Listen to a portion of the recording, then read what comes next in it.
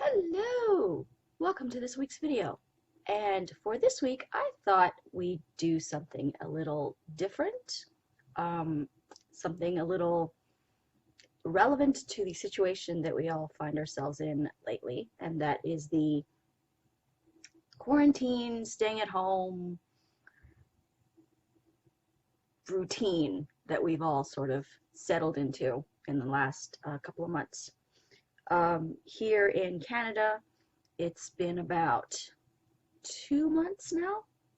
Now, I've been, I, if you want to call it that, I've been somewhat luckier than a lot of other people in the fact that I'm sort of considered an essential worker in that I work retail in food service.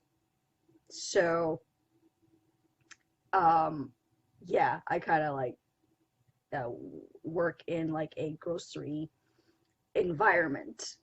Um, so that's been really interesting. Like even like the routine at work has totally shifted, and it's just not what we're used to, kind of thing. Um, but at the same time, when I'm at home, apart from like trying to go for walks every like few like when I'm off, um, it's pretty much just staying home because you can't really go anywhere because most of the things are closed. So I am missing my thrift shops, my Value Village. I miss you so much. I am counting the days till they can open again.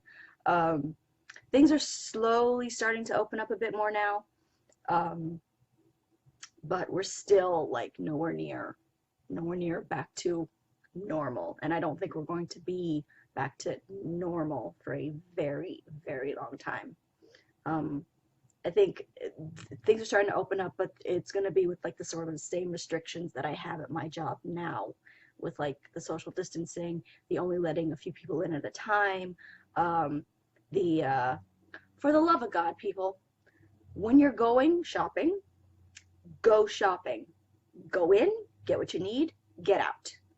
We have people who are coming in and they're browsing around, they're flipping through magazines. It's just, no. Go in, get what you need, get out, because there are like 50 people out in line outside, and a couple of days it has rained, waiting to get in the store. So just because businesses are opening up doesn't mean that this is your time to go in and just browse around in like stores, like grocery stores or whatever. Make your list, go in, get out, and move it along, and we'll all get through this. I'm starting to hate that saying. We'll all get through this together. We're all in this together. Well, not these spoiled brats in Toronto. Let me just say, I'll tell you. But the reason that we're here with this video is for those of us who are in quarantine, those of you who do have to either work from home or are sort of off work, staying home. I'm going to give you some TV recommendations to binge on that I have enjoyed over the years, and I've just like recently encountered and started to enjoy. And these are all DVD sets that I've either am well acquainted with, watched over the years, or because of this quarantine thing, there's some that like I've had on my shelf but never really got around to, because they're either like years ago I thought they'd be interesting, so I picked it up, but then like just sort of started watching other things and stuff, and then now finally with this quarantine thing, I've had sort of time to go through my DVDs and see, oh, what haven't I watched yet? And then I've found been pleasantly surprised with the old, new shows that I've encountered, and my beloved recommendations that I have for you, as well as recommendations that I've just recently watched and enjoyed. So these are all DVD sets, but I'm 99% sure that they're all either available on like Amazon Prime or some streaming service or just online in some form. Uh, Thank you, internet. What the hell would we have done during this whole pandemic if this was in the 90s before the internet? Dear God, I think we all would have eaten each other by now, and not in the good way. So, let's get started with my quarantine TV show recommendations for you. The first one that I have, and I should have put this on in the order that I'm doing them, but I didn't because I'm me. The first one that I have is a very old show, Wings, from 1990 something. Let me see if I can. I had always been aware of Wings from 1990. Yeah, early 90s. I'd always been aware of the show, but I don't think. I think it was around the same time. When did Friends start? Because I know they went 10 seasons, and I think. Yeah, I think it was around the same time. So I was aware of Wings, but I never really got into Wings because Friends was just everything. Um, but I picked it up because I remember watching Tim Daly in Storm of the Century, which is a miniseries based on a Stephen King story. And I love that miniseries so much, Storm of the Century. I have it. I have that. And at some point, maybe I might do a movie rec thing, miniseries recommendations things. They don't do miniseries very much anymore, do they? That makes me sad. I miss those like 80s miniseries, in the 80s, 90s miniseries. But so yes, Tim Daly, Storm of the Century. He was amazing, and I also have a Diner that he was in, and oh my God, if you haven't seen it, The Outsider movie that he was in with, I was going to say Penelope Watts, but no, Penelope Williamson was the author that the book The Outsider was based on. And it's not The Outsiders by S.E. Hinton. It's not that. It's a whole different thing where he plays a cowboy, and his love interest is Naomi Watts. That movie is so good. But yeah, so Wings, two estranged brothers, come back together after the death of their father, to run their airline. And there's sort of the supporting cast around them with Crystal Bernard, who was in one of my favorite duets of all time, musical duets with Peter Cetera, Forever Tonight. I Want to Take Forever Tonight. I love that song so much. And she is the female vocal on that song. So that's Tim Daly, Steven Weber, Thomas Hayden Church plays Lowell, who is sort of, you know how like every sitcom has like that sort of not too bright bulb in the bunch? That's him, and he's so funny. And Tony Shalhoub as oh my God, I want to say Monk, but no, that was the show he did after. Oh my God, I can't remember his character's name, but he shows up in not the first season, but in season 2.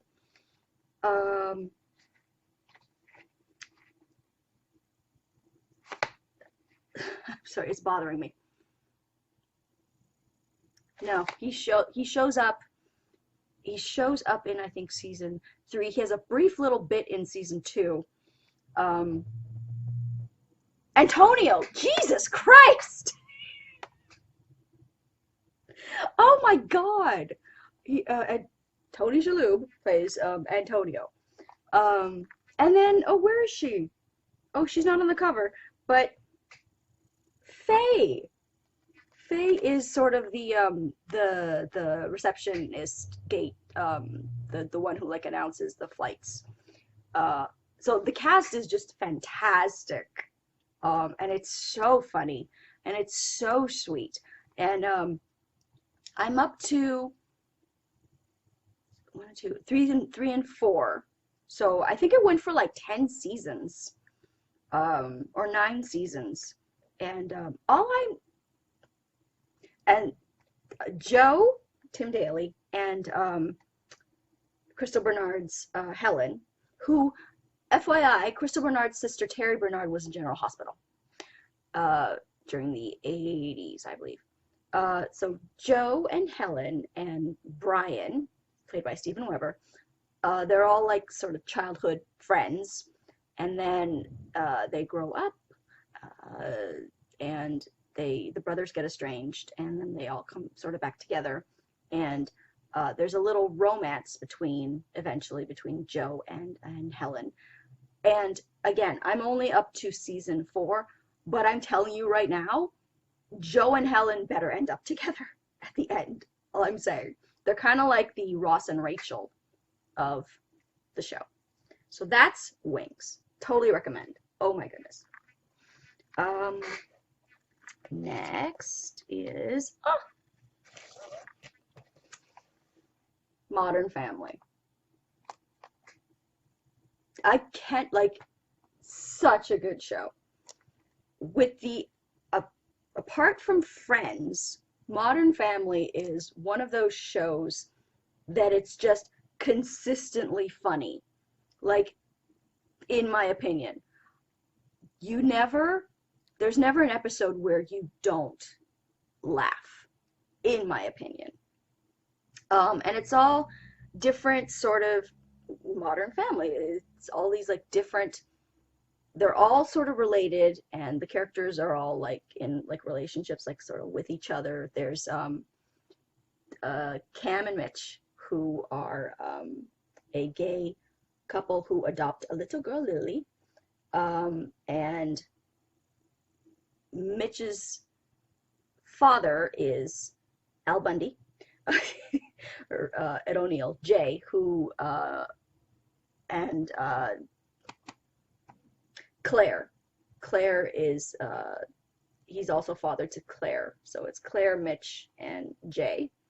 And Jay is married to Gloria, who is considerably younger than him, and has a son from a previous marriage, Manny. And we have the so-called normal family, which is Claire and Phil, and the kids, little Luke. I want to call her Ariel, but no, that's her real name. And the 2 daughters, whose names are escaping me right now. But it's just different looks of different different families, and just the way that it's sort of like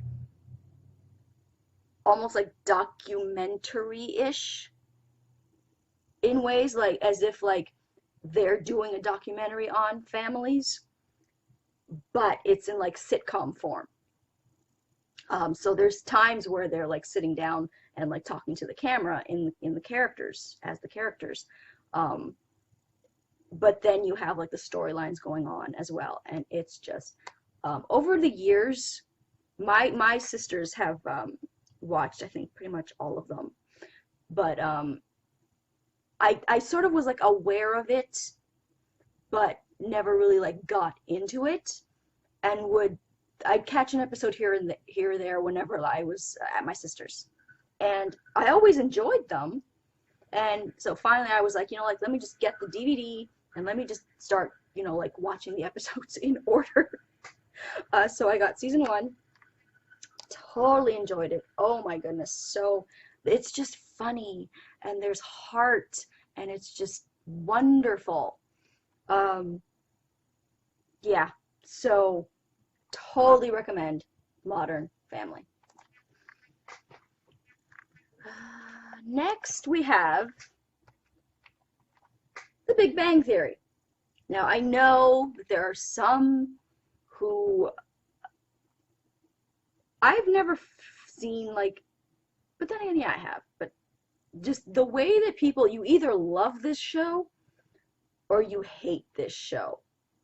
Rarely is there like a sort of ambivalent, like, I don't really like my sisters, they're kind of like, eh. But surprisingly, I love this show. And I'm not about the science. I'm not. But it's just these group of scientists. They're sort of like right out of college, and so they're like starting their careers and that kind of stuff. And the hot girl, played by Kaley Cuoco, who moves across the hall, and our Leonard immediately becomes taken with her. Now, Leonard has a roommate named Sheldon, and Sheldon is not about relationships or social interactions at all. He wants to like sort of like stay in his little bubble, and he wants nothing to change, and he wants everything to be the way that he wants it to be. Now, some people complain that the way that they show him is sort of like is he like autistic, or because he's not good with like social cues and stuff, and for a lot of the comedy, that's, for a lot of the show, like that's the situations that he finds himself in, that's the comedy. And some people are like, oh, they're exploiting that he has autism and blah blah blah, and I was like, oh, just relax. Just either enjoy it or don't enjoy it. Turn it off, but don't be like, oh, it's so problematic and blah blah blah. No, it's not. There are people like, who the hell are you to say, oh, he is autistic and so they shouldn't be doing this and blah blah blah. And like, he wouldn't be doing this and they're doing it wrong and blah blah blah. From what I know of autism, there is such a spectrum. And then they have issues with the fact that in season 4, Mayim Bialik, who played Blossom, the 1980s, or was it early? No, it was the 80s, early 90s. Who played Blossom, comes on as Sheldon's love interest, and I loved that turn of events. I loved it so much. And again, this is one of those shows where, and I loved Penny with Leonard. Sorry, I think I'm frozen. Yeah, okay. I loved Penny and Leonard together so much, and I loved when Amy comes on. Amy, played by Mayim Bialik, comes on, and she and Sheldon become a couple because they're so similar, but Amy is better with like the social aspects of society, and she sort of helps Sheldon a little bit come with that. Like, he still stays Sheldon, but she sort of helps him navigate that, and it's very sweet. And people are trying to complain. They complain about that because they assume that because he's may or may not be on the autistic spectrum, that he's automatically like asexual and doesn't want relationships or anything like that, which that's sort of like where he is at a certain point, but the character evolves eventually and like changes, and who are you, like, these people all make these assumptions, and it's just either watch the show or don't, but don't tell somebody else that they shouldn't watch because you don't like something about it. I just don't think that's okay. For me, a non-science girl, like, no, I am a writer of romance fiction. I am not about the science. This show is just, I love this show. It's funny. And again, it was one of those shows where like I'd catch episodes here and there, but I'd never seen it like the whole way through. So I finally buckled down and I was like, you know what, let me start getting the seasons, because I know that I've enjoyed everything I've seen so far, spread out over different seasons. So I'm trying to like get through it in order. The Big Bang Theory, completely recommend. They also have these other friends, Howard, played by, Hofstetter, something, no, not Hofstetter, that's Leonard's last name. Are there names here? But oh my god, I can't remember his name now, but the actor who plays Hofstetter is the actor who plays Howard, damn it, is hysterical. And I remember that he was also in a movie with Meryl Streep. And so that I remember wanting to watch that movie. I haven't seen it yet, but this is reminding me that I wanted to watch that movie. So I want to see if I can still watch it. And Raj, oh gosh. Simon Helberg played Howard, yes, and Kunal Nayar played Raj, who is such a shy individual that he cannot talk to women unless he's drunk. So for the majority of the first season, whenever Penny's in the room, you get nothing from him. He cannot talk, and it's just hysterical when in a scene where he's drunk, he's just talking up a storm to her, and like it's just wonderful. Really, really, really recommend. Next we have Dawson's Creek. Now, if you were a teenager in the 90s, Dawson's Creek was the show. A group of four teenagers in Boston, in a small Boston seaside town, who talk using really big words that nobody their age would actually use, and who are more than self-aware than anybody their age would be. And yet it works, because for all their self-awareness and for all their use of large vocabularies, these teenagers, they're a hot mess.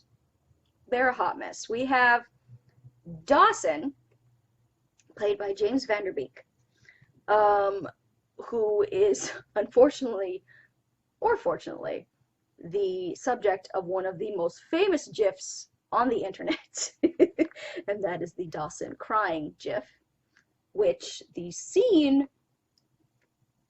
that GIF is from is from this season. Now, I specifically picked up this season. I have the other ones on my shelf, but I specifically picked up this season because for me, this season was when things got interesting. Now, season 1 was fantastic. Season 2 was fantastic.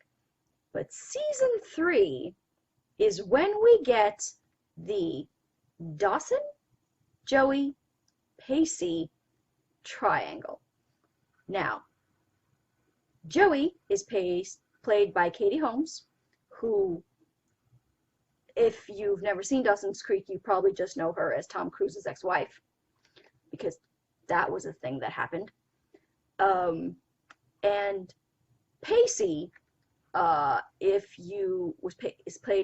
played by Joshua Jackson, who was one of our nice Canadian boys. Um, he,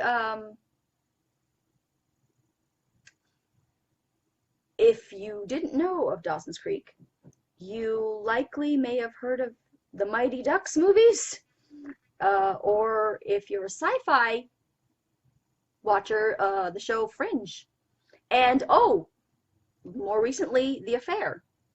I believe he played the husband in that.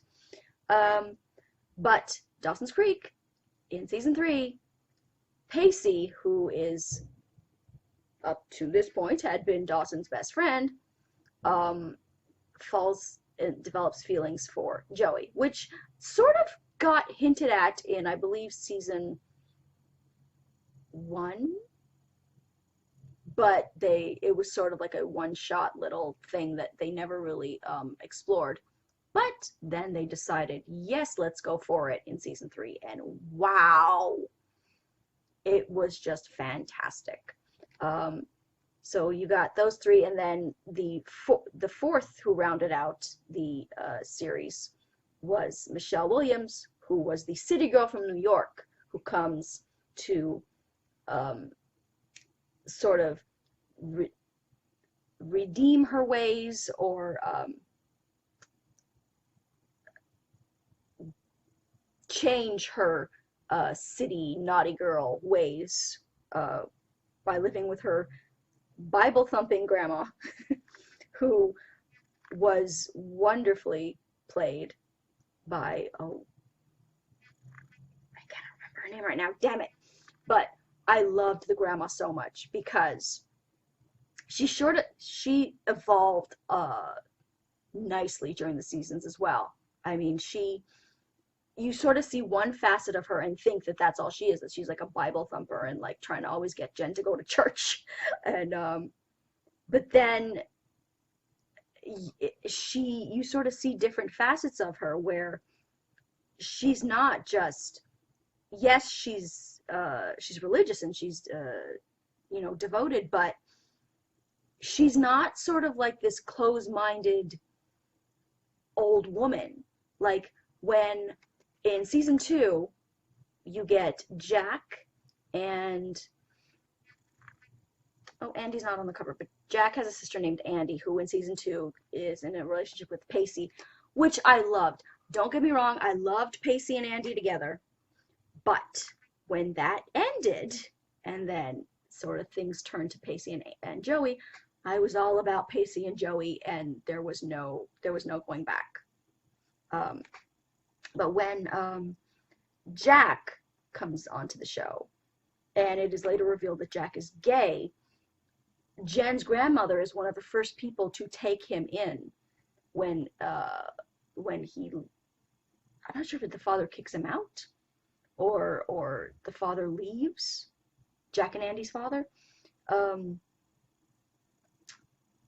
Jen's grandmother is one of the first people to like take him in and love him and accept him, and it was just a beautiful, beautiful exploration of not only Jack but of the grandmother and her the different facets that make up her character, and her relationship with Jen was just beautiful. And they had their moments where they butt heads, definitely, but it just developed into this beautiful, gorgeous thing. And Jen was played by Michelle Williams, who, if you had not been around when like Dawson's Creek was around, you probably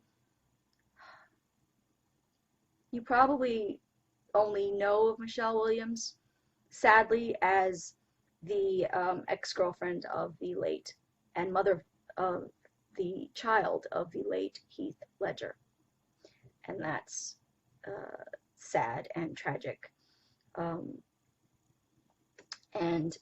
But she is a fantastic actress, and she was just this seriously damaged New York City girl who sort of throughout the whole series is looking for happiness and and acceptance. And I believe like that she finally does come to find it and sort of become her own strong person, and it's really, really good to see. It was beautiful to see. So the show ran 6 seasons, and I'm not going to tell you what happens at the end, however, because there's a lot of us that are still not over what happens at the end. But I will tell you this. From season 3, 4, 5, and 6, you were either team Joey and Dawson, or you were team Joey and Pacey. And let me tell you, the team to be on was Joey and Pacey. I'm sorry. Joey and Dawson, they were a nice childhood little teen thing that happened, but they never really sort of like, he would do something stupid and then she would do something stupid and then she would like be interested in somebody else and he would lose his shit like he had any right to, and then he would become interested in somebody and she would become like a jealous harpy, and it was just not, it just what did not work in my opinion. Joey and Pacey, y'all, he built her a wall. He bought her a wall, people, and he remembers everything.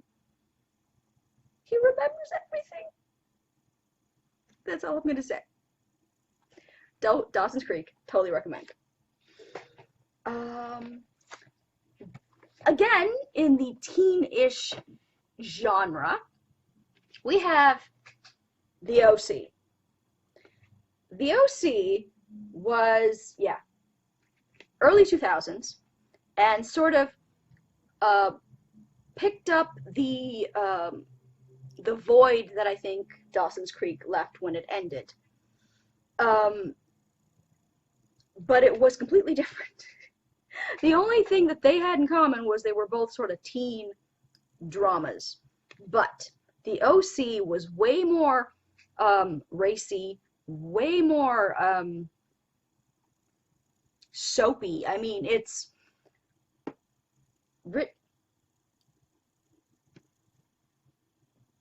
poor boy from the wrong side of the tracks, Ryan, played by Minnie Russell Crowe, also known as Ben McKenzie, gets taken in by rich family, and soapy crazy sauce ensues.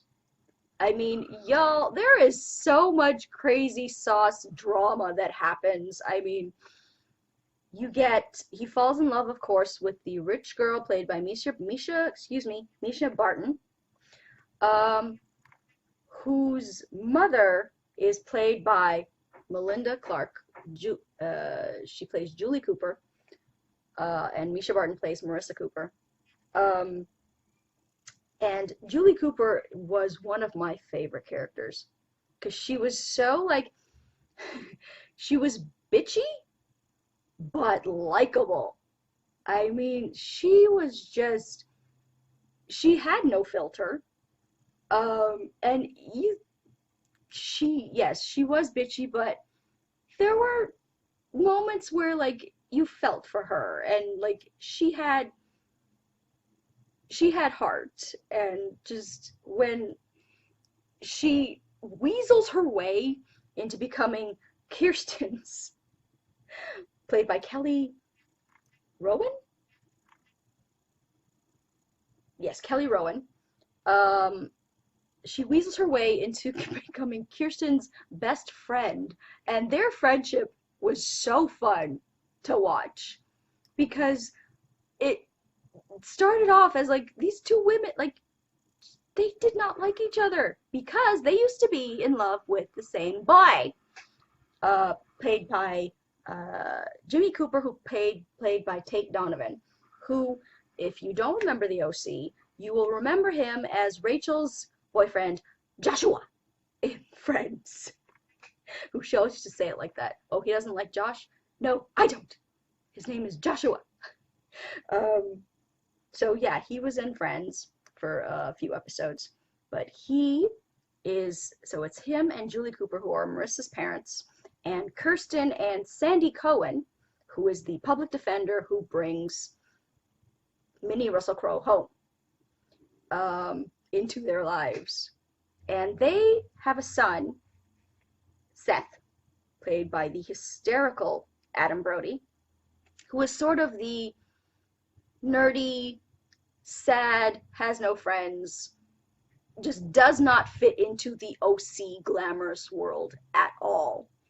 And he is in love with Marissa's best friend, Summer, played by Rachel Bilson, who sort of starts off as like this flighty, bitchy kind of like snobby girl, but then develops into one of the most likable female characters on the show.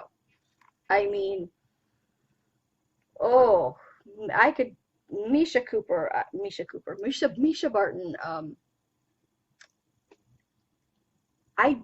My sister is not a Misha Barton fan. She's not, and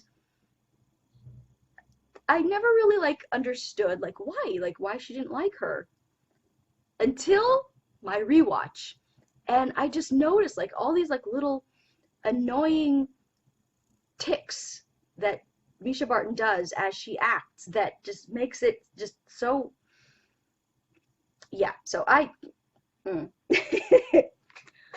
great show, but I was glad that, maybe I shouldn't spoil it. Let's just say I'm very glad with the way the show ended. I was very happy. So yes, the OC, totally recommend. Oh, and that's Luke, who is Marissa's boyfriend, who also, hello, sleeps with Mama Coop. So there's that. There's Julie having an affair with her boyfriend, her daughter's ex-boyfriend at the time. Ex-boyfriend because Marissa falls in love with Minnie Russell Crowe. So yeah, definitely. Oh, and this also gave birth to one of the also most famous internet memes, the gunshot what you say moment. That that moment, which was supposed to be was a very serious dramatic moment, became a running meme joke on the internet and in a few like TV shows as well. And that I think happens in season 2, I think. Yeah, so the OC, completely recommend. And then we get to my next binge, which is the show that has taken over my life for the past 5 years. Y'all, this show is the Mecca. The show is everything. We have, if you have been living under a rock, Outlander is the story of Claire Randall, who is a nurse in in the Second World War, and after the war is over, she reconnects with her husband, Frank, who is this guy's hand, to sort of like reaffirm their marriage. They go on this honeymoon to Scotland, where Claire falls through some rocks and ends up in 1743, meets this boy, this pretty cinnamon-colored boy in the kilt, and for the majority of season 1, she's trying to get back to the hand, but she can't get back to the hand, and there's a war about to come, so it's the English against the Scots, and there's this very, very, very, very bad man named Blackjack Randall who thinks that Claire is a spy and wants to arrest her, and so to save her from the very, very, very, very, very bad man, she has to become a Scottish citizen so that he can't get a hold of her. And the only way to make her a Scottish citizen is to make her marry the precious cinnamon boy in the kilt. And that gave us episode 7, which we shall forever be eternally grateful for. So the very, very, very, very, very bad man also likes him, the precious cinnamon boy in the kilt. So there's that. And bad things happen. So many bad things happen. But beautiful things happen. And sexy things happen. And graphic, there's blood, there's sex, there's beautifulness, there's horribleness, there's crying. Just, oh, this show is everything. And they just wrapped up season 5. So if you love history, if you love time travel romances, if you love action, if you love angst, it just, oh my God, y'all, this show has everything. And if you did not know, the show is actually based on a series of very big damn books written by Diana Gabaldon. So I would highly recommend those, because reading is also good during this quarantine, and those are some big damn books. So they'll help you pass the time as well. And so I have more shows and stuff back there, so I might do another installment of this. But just in case I don't, I think I will though, but just in case I don't, I wanted to end this video with the king of all binge.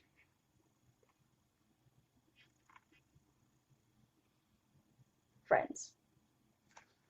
This show is a part of our society, for better or worse.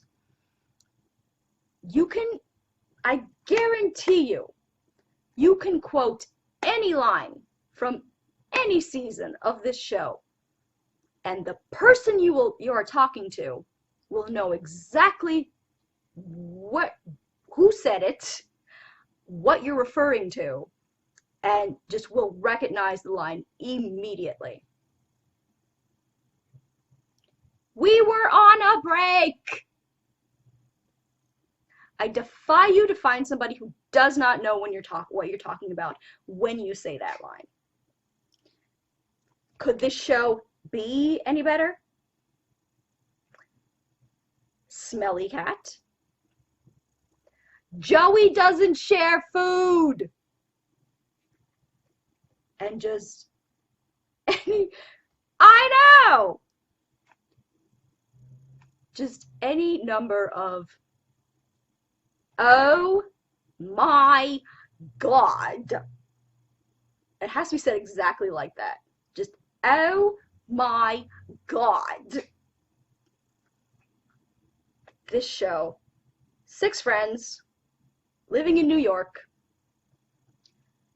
and the hysterical trials and tribulations of life in their 20s and 30s. It ran for 10 glorious seasons, and in my opinion, is among one of the best sitcoms of all time. And I find that it sort of sets people apart in, there are people who, you're either Seinfeld or you're Friends. rarely do you have people who enjoyed both, because there are Seinfeld people and there are Friends people. I'm a Friends people. I never, like, the only part of Seinfeld that I ever enjoyed was the little bit of stand up that he would do before each show.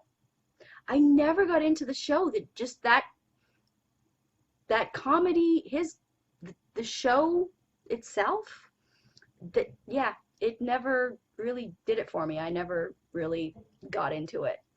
Um, Friends was my show.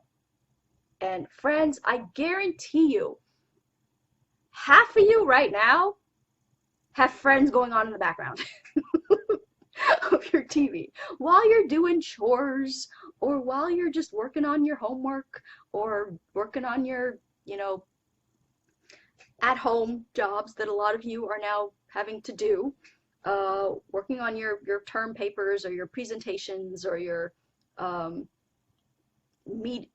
stuff for your business.